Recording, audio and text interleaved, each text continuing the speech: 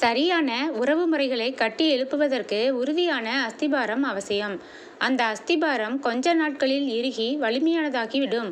பின்பு அதன் மேல் கட்டிடம் கட்டி எழுப்பப்படும். அதற்கு இன்னும் பல உபகரணங்களும் பொருட்களும் தேவை. அதை வைத்து ஒழுங்கும் சீருமாக கட்டினால்தான் கட்டிடம் அழகாகவும் வலிமையாகவும் இருக்கும். முதலாவது கிறிஸ்துவாகிய மூலைக்கல். ஒரு முக்கியமான கட்டிடத்தை கட்டி எழுப்ப வேண்டும் என்றால் அதற்கு ஒரு மூலைக்கல் அவசியம். அந்த மூலைக்கல்லிலிருந்துதான் அந்த கட்டிடத்தை கட்டி எழுப்ப ஆரம்பிப்பார்கள். அந்த மூலைக்கல்லை பொறுத்துதான் அந்த கட்டிடத்திற்கு சுவர்கள் எந்த கோணத்தில் அமைக்கப்பட வேண்டும் என்பதையும், வாசல்கள் ஜன்னல்கள் எங்கே நிலைநிறுத்தப்பட வேண்டும் என்பதையும் நிர்ணயிப்பார்கள். மூலைக்கல் தவறான முறையில் பொறிக்கப்பட்டால் முழு கட்டிடமும் பலவீனமாகி பாதுகாப்பற்ற நிலைக்கு கொண்டு போய்விடும். அதுபோலவே நம்முடைய உறவு முறைகளை ஏற்படுத்தி கொள்வதற்கு நமக்கு ஒரு மூலைக்கல் அவசியம். சிலர் சமுதாய மூலைக்கல்லை தேடி உறவுகளை கட்ட நினைக்கிறார்கள். ஒரு நண்பனுக்கும் இன்னொரு நண்பனுக்கும் இடையில் எழுப்பப்படும் உறவானது பல வேளைகளில் சுயநலம் கருதியே இருக்கிறது. சமுதாய மூலைக்கல் சிறியதாகவும் பலவீனமானதாகவும் இருக்கும். சுயநலம் கருதுகிற உறவு முறைகள் நீண்ட நாட்கள் நிலைக்கிறதில்லை. பாடுகளும் சோதனைகளும் கஷ்டங்களும் வரும்போது அந்த மூலைக்கல் தள்ளப்பட்டுவிடும். இன்னும் சிலர் தங்களுடைய சொந்த தேவைகளுக்காக சுய மூலைக்கல்லை இடுகிறார்கள். அநேக திருமணங்களில் சுயநலம் கருதி லாப நோக்கத்தோடு கூட வருமானத்தின் அடிப்படையிலே மூலைக்கல் இடப்படுகிறது. பணம் ஒருபோதும் ஐக்கியத்திற்கு ஈடாகாது. சுயநலமாக பணத்திற்கு மற்ற பொருளாதார தேவைகளுக்குமாக ஏற்படுத்துகிற உறவு நீடித்து நிலைப்பதில்லை. ஆனால் ஒரு முக்கியமான மூலைக்கல்லை குறித்து நான் உங்களோடு பகிர்ந்து கொள்ள விரும்புகிறேன். அந்த மூலைக்கல் பழுதில்லாதது, விலையேற பெற்றது, பரீட்சிக்கப்பட்டது. அந்த மூலைக்கல்லின் அடிப்படையில் கட்டப்பட்டு எழுப்பப்படுகிற ஒவ்வொரு உறவும் என்றென்றும் நிலைத்து நிற்கிறது. காரணம், அந்த மூலைக்கல் நித்தியமானது. துயரமாகிய புயல் வீசினாலும், பயமாகிய வெள்ளங்கள் மோதினாலும், உதவியற்ற சோர்வுகள் எழும்பினாலும் அந்த மூலைக்கல் அசைவதில்லை. அந்த மூலைக்கல் கிறிஸ்துவே. இயேசு பாவமில்லாத ஒரு தூய்மையான வாழ்க்கையை வாழ்ந்தார். நாம் பின்பற்றக்கூடிய ஒரு முன்மாதிரியான ஜீவியம் செய்தவர் அவர் ஒருவரே. மற்றவர்களோடு நம்முடைய உறவு முறைகளை ஏற்படுத்தி கொள்ள வேண்டுமென்றால் அவர் தன்னுடைய வாழ்க்கையினால் நமக்கு போதித்திருக்கிறார். நாம் வேதத்தை வாசிக்கும்போது கிறிஸ்து நமக்கு கற்பித்திருக்கிற கொள்கைகளையும், எதற்கு அதிகமான முக்கியத்துவம் கொடுக்க வேண்டும் என்கிற விபரங்களையும் நாம் தெளிவாக அறிந்து கொள்கிறோம். நாம் ஜெபிக்கும்போது பரிசுத்த ஆவியானவர் தாமே நம்முடைய உறவு முறைகளை யாரோடு எவ்விதமாக வைத்து கொள்ள வேண்டும் என்பதை தெளிவாக வெளிப்படுத்துகிறார். விசுவாசிகளோடு நாம் வைக்கிற ஐக்கியத்தின் மூலமாக நாம் கிறிஸ்துவை அவர்களில் காண்கிறது மாத்திரமல்ல, நாம் கிறிஸ்துவோடும் மற்ற விசுவாசிகளோடும் இணைந்து கிரியை செய்கிறவர்களாயும் இருப்போம். இயேசு கிறிஸ்துவை உங்களுடைய இரட்சகராக மட்டுமல்ல, உங்களுடைய பரிகாரியாக மட்டுமல்ல, அவரையே உங்களுடைய எல்லா உறவு முறைகளுக்கும் ஆண்டவராகவும் மூலைக்கல்லாகவும் ஏற்றுக்கொள்ளுங்கள். இரண்டாவது, உறுதியான அன்பு. கொரியாவில் யுத்தம் நடந்தபோது பேர்காலமான ஒரு ஸ்திரீ தன்னுடைய சொந்த ஊரை விட்டு விடுதலையுள்ள தேசமாக இருந்த தென் தேசத்தை நோக்கி ஓடினாள். அவளுக்கு எந்த நண்பர்களும் இல்லை. குளிர்காலத்தில் உதவியற்ற நிலைமையில் தன்னந்தனியாக நடந்து வந்தபோது திடீரென்று அவளுக்கு பிரசவ வலி ஏற்பட்டது. பக்கத்தில் உள்ள கிராமத்தில் 2 மிஷனரிகள் ஊழியம் செய்வதை அவள் கேள்விப்பட்டாள். அங்கே சென்றால் ஏதாவது உதவி கிடைக்கும் என்று மிக ஆவலோடு அந்த கிராமத்தை நோக்கி தள்ளாடி வந்தாள். ஆனால் பிரசவ வேதனை மிகவும் அதிகமாகி விட்டது. ஆகவே அவள் ஒரு பாலத்தின் கீழே தனிமையான நிலைமையில் பிரசவித்தாள். அது கடும் குளிரான நேரம். குழந்தை குளிரினால் நடுங்க ஆரம்பித்தது. குழந்தையை எப்படி குளிருக்கு தப்ப வைத்து வெப்பமாக வைத்திருப்பது என்று அவளுக்கு தெரியவில்லை.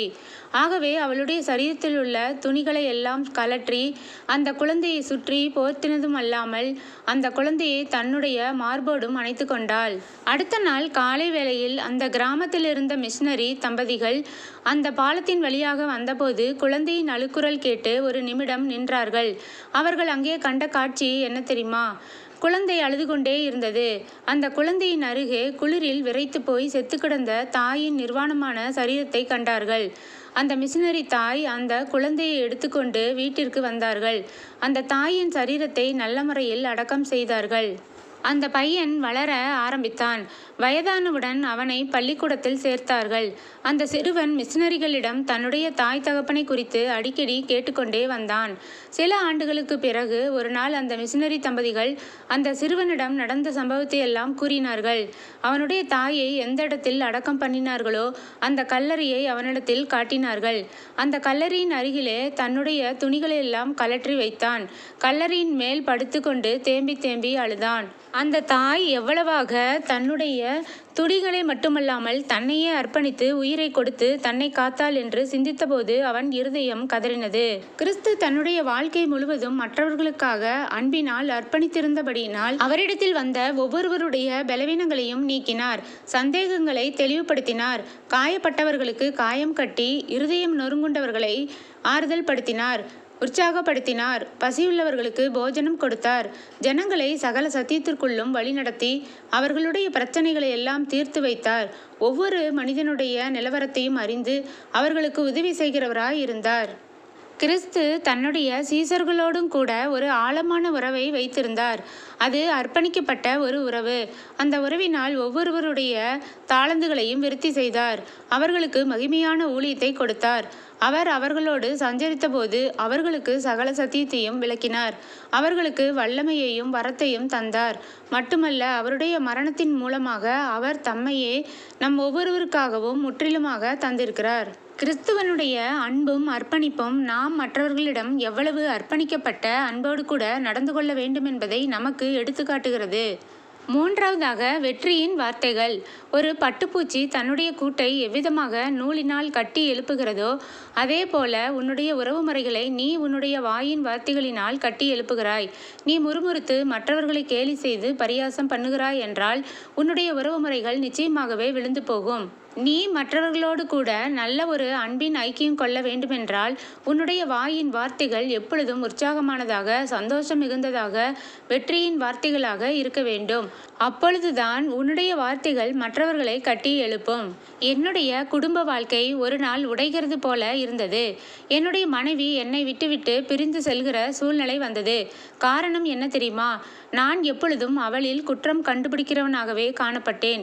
என்னுடைய அலுவலகத்திலிருந்து வீட்டிற்கு திரும்பி வந்தவுடன் ஏன் வீடு சுத்தமாக வைக்கப்படவில்லை, ஏன் துணிமணிகள் எல்லாம் அழுக்காக கிடக்கிறது என்று கடிந்து கொண்டேன்.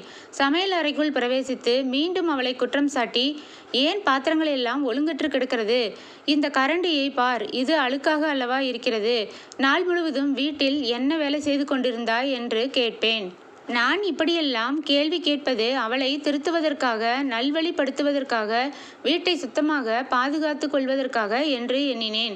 வீட்டின் தலைவன் என்ற முறையில் எனக்கு அந்த அதிகாரம் உண்டு என்று உறுதி பூண்டிருந்தேன். ஆனால் எவ்வளவுக்கு அவ்வளவு என்னுடைய மனைவியில் குற்றம் சாட்டினேனோ அவ்வளவுக்கு அவ்வளவு அவளை கடிந்து கொண்டேனோ அவ்வளவுக்கு அவ்வளவு அவளுடைய முகத்தில் இருந்த புன்முறுவலும் மறைந்தது. அவளுக்கு வாழ்க்கையில் இருந்த பற்றும் கரைந்தது. நாளுக்கு நாள் அவள் மனசோர்வுற்றாள். கடைசியாக என்னை விட்டு போய்விடுவது என்று முடிவுக்கு வந்தாள். நான் உடனே ஊக்கமாக ஜெபித்தேன். ஆண்டவரே, அவளுக்கு தேவையான பணத்தை நான் கொடுக்கிறேன். அவளுக்கு வேண்டிய எல்லா நல்ல துணிமணிகளையும் வாங்கி கொடுக்கிறேன். அவள் வாழ்வதற்கு நல்ல வீட்டையும் கட்டி கொடுத்திருக்கிறேன். சாப்பிடுவதற்கும் சுவைமிக்க உணவு வகைகளை கொடுக்கிறேன். இப்படி இருக்க அவள் ஏன் சோர்வடைய வேண்டும்? ஏன் அவள் சந்தோஷம் இல்லாமல் இருக்க வேண்டும்? அப்பொழுது ஆவியானவர் மெல்லிய குரலில் என்னுடைய இருதயத்தில், மகனே, நீயே ஒரு பாவியாக இருக்கும்போது, நீயே ஒரு குறைவுள்ளவனாக இருக்கும்போது, நீ ஏன் உன்னுடைய மனைவியை பரிபூரணம் உள்ளவளாகவும் பரிசுத்தவாட்டியாகவும் எதிர்பார்க்கிறாய்? நீ ஒரு பரிபூரணத்தின் அளவை வைத்துக்கொண்டு அதனால் உன் மனைவியை நிறுத்து பார்ப்பாய் என்றால் ஒருபோதும் அவளால் உன்னுடைய அருகில் நிற்க முடியாது.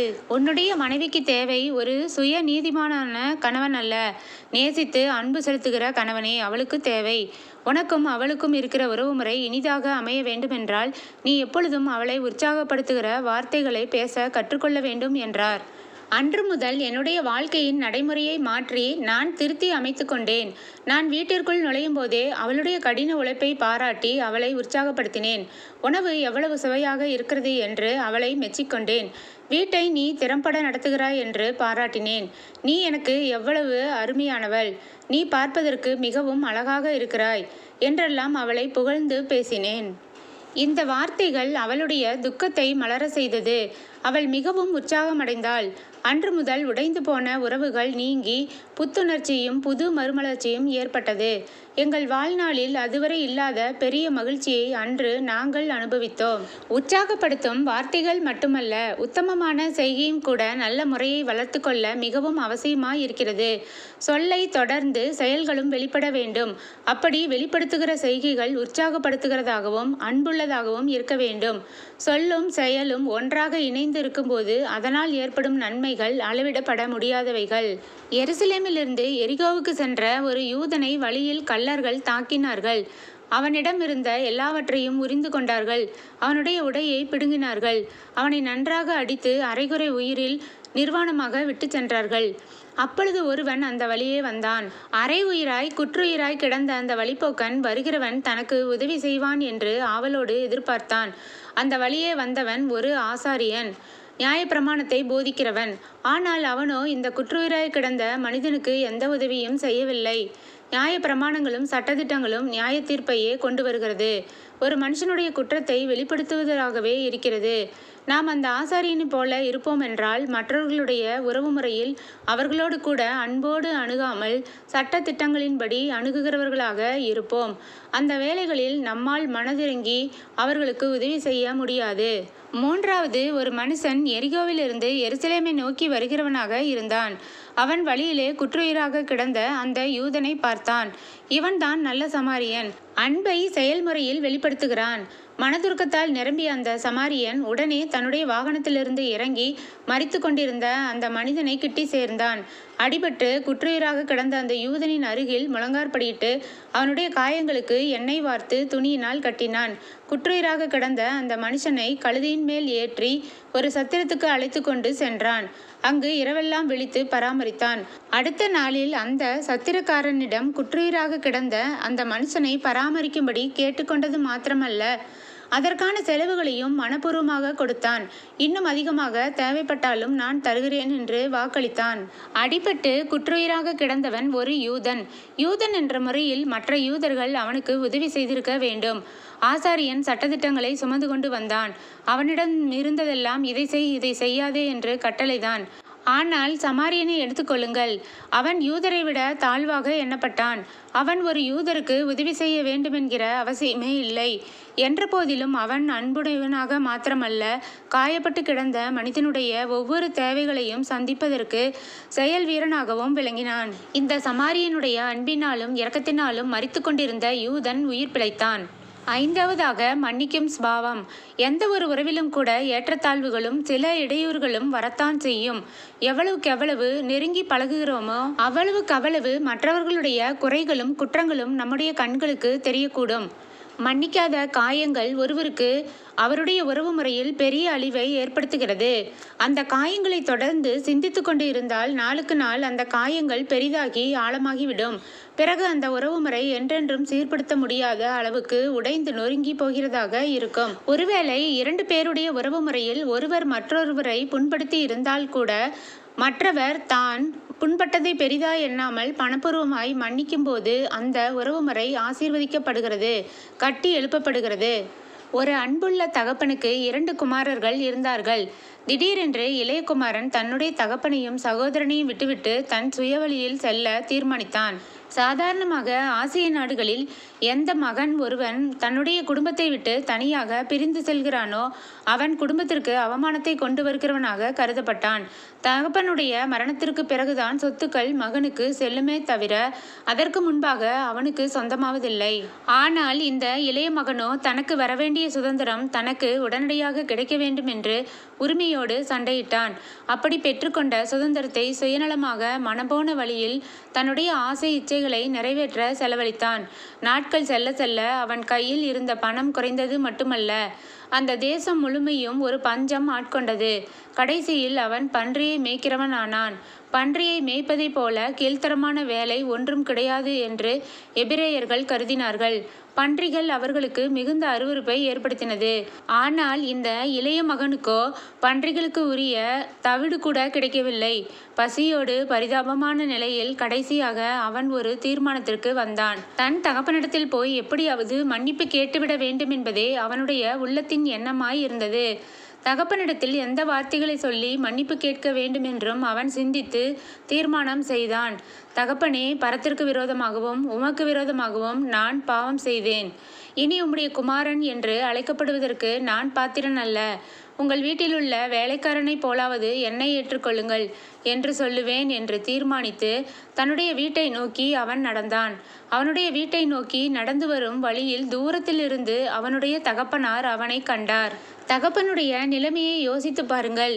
ஒருவேளை அந்த தகப்பனுக்கு தன் மகன் ஆஸ்திகளை பிரித்துவிட்டு போன கோபம் இருந்திருக்கக்கூடும். குடும்பத்திற்கு அவன் செய்த இழிவு, அவமானம், தலைக்குனிவுகளை எல்லாம் எண்ணியிருக்கக்கூடும். நான் உயிரோடு இருக்கும் போதே செத்துப்போனதாக எண்ணி தன் மகன் பாக பிரிவினை கேட்டதெல்லாம் சிந்தித்திருக்க கூடும். ஆங்காங்கே தன்னுடைய கெட்ட குமாரன் செய்த தீய நடவடிக்கைகளை குறித்து தகப்பனார் கேட்டு துயரமடைந்திருக்க கூடும். அந்த தகப்பன் ஒருவேளை அந்த கிராமத்தில் மிகவும் செல்வாக்குள்ளவன் என்று வைத்துக்கொள்வோம். என் மகன் என்னிடத்தில் வரட்டும், அவனை அடித்து நான் திருத்துவேன் என்று எண்ணியிருக்கலாம். ஆனால் அந்த அருமை தகப்பன் அப்படியல்ல. அவர் தன்னுடைய மகனை முழு இருதயத்தோடும் நேசித்தார். பரமபிதா நம்மை எவ்விதமாக நேசிப்பாரோ அதே நேசம் அந்த தகப்பனுடைய உள்ளத்தில் இருந்தது. தன்னுடைய மகன் தன்னுடைய வீட்டிற்கு வரும் வரை கூட காத்திருக்காமல் தன்னுடைய அந்தஸ்து, தன்னுடைய பெருமை எல்லாவற்றையும் உதறிவிட்டு மிகுந்த அன்போடு தன்னுடைய மகனுக்கு எதிர்கொண்டு ஓடி அவனை அணைத்து கொண்டு முத்தம் செய்தான். அந்த மகன் தன் தகப்பனிடத்திலே தான் ஆயத்தம் செய்து கொண்டு வந்திருந்த மன்னிப்பு மன்றாட்டை விவரிக்கும் போது தானே தகப்பனுடைய அன்பு குறுக்கிட்டு அவனை அரவணைத்து கொண்டது. மன்னிப்பு கேட்கவே அவசியமில்லாமல் போய்விட்டது. தன் மகனுக்கு அருமையான வஸ்திரங்களையும் மோதிரங்களையும் பாதரட்சிகளையும் கொடுக்கும்படி கட்டளையிட்டான். கொளுத்த கன்றை கொண்டு வந்து அடியுங்கள், நாம் புசித்து சந்தோஷமாயிருப்போம். என் குமாரனாகிய இவன் மரித்தான், திரும்பவும் உயிர்த்தான், காணாமற் போனான், திரும்பவும் காணப்பட்டான் என்றான். அப்படியே அவர்கள் சந்தோஷப்பட தொடங்கினார்கள். தகப்பனுடைய அன்பு அர்ப்பணிக்கப்பட்ட அன்பு, அளவில்லாத அன்பு, மகனுடைய எல்லா தேவைகளையும் சந்திக்க ஆவலுள்ள அன்பு, தன்னுடைய மகன் மேல் எந்த குற்றமும் சாட்டாமல் அவனை மன்னித்து ஏற்றுக்கொள்கிற ஒரு அன்பாய் இருந்தது. அவர் தனது அன்பை வெறும் வார்த்தைகளினால் மட்டுமல்ல, செய்கைகளினாலும் வெளிப்படுத்தினார். தகப்பனுடைய அன்பும் மன்னிப்பும் அந்த மகனுடைய வாழ்க்கையை திரும்பவும் கட்டி எழுப்பினது. உள்ளத்தின் ஒவ்வொரு காரியங்களையும் குணமாக்கியது. நாம் மன்னிக்க தவறினால் அல்லது மன்னிக்காமல் காயத்தோடு திரிந்தால் அது நம்முடைய வாழ்க்கையை சீரழிய செய்யும். அப்போஸ்தலனாகிய பவுல் எழுதுகிறார், ஒருவரையொருவர் தாங்கி ஒருவர் பேரில் ஒருவருக்கு குறைபாடு உண்டானால் கிறிஸ்து உங்களுக்கு மன்னித்தது போல ஒருவருக்கொருவர் மன்னியுங்கள். இவை எல்லாவற்றின் மேலும் பூரண சற்குணத்தின் கட்டாகிய அன்பை தரித்து கொள்ளுங்கள். கொலேசியர் 3:13-14. இந்த தேவனுடைய வசனம் எப்பொழுதும் நம்முடைய காதுகளிலும் இருதயத்திலும் தொனித்து கொண்டே இருக்கட்டும். நாம் மற்றவர்களை மன்னிக்க, அன்பினால் நிரம்பி ஆசீர்வதிக்க எப்பொழுதும் ஆயத்தமுடையவர்களாக இருப்போமாக. மீண்டும் உங்களுக்கு ஞாபகப்படுத்துகிறேன், நீங்கள் மற்றவர்களோடு கூட நல்ல உறவுமுறை வைத்துக்கொள்ள விரும்பினால் அதற்கு ஒரு உறுதியான அஸ்திபாரம் தேவை. உங்களுடைய உறவுமுறை, உங்களுடைய சுபாவங்கள் உண்மையும் உத்தமமும் உறுதியுமும் இருக்கட்டும்.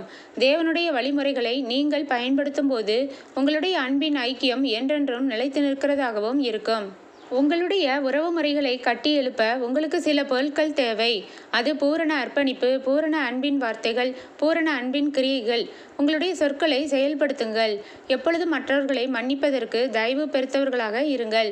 உங்களுடைய சொல்லுக்கும் செயலுக்கும் கிறிஸ்துவே மூளைக்கல்லாக இருப்பாராக. ஒன்றை ஞாபகம் வைத்துக் கொள்ளுங்கள், நீங்கள் மற்றவர்களோடு கூட சந்தோஷமும் மகிழ்ச்சியுமான உறவு முறைகளோடு கூட உறவு கொள்ள வேண்டுமென்று தேவன் எதிர்பார்க்கிறார். அவர் கொடுத்திருக்கிற வழிமுறைகளின்படி செயல்படுவீராக. அப்பொழுது நீங்கள் நித்தியமாய் ஆசீர்வதிக்கப்படுவீர்கள். கர்த்தர் உங்களை ஆசீர்வதிப்பாராக. ஆமேன். ஃபீஸ்ட் ஆஃப் ஹெவன் யூடியூப் சேனலை சப்ஸ்கிரைப் செய்யுமாறு அன்புடன் கேட்டுக்கொள்கிறேன். கமெண்ட் எழுத மறவாதீர்கள். உங்களுடைய நண்பர்களுக்கும் ஷேர் செய்யுங்கள். God bless you. ஆமேன்.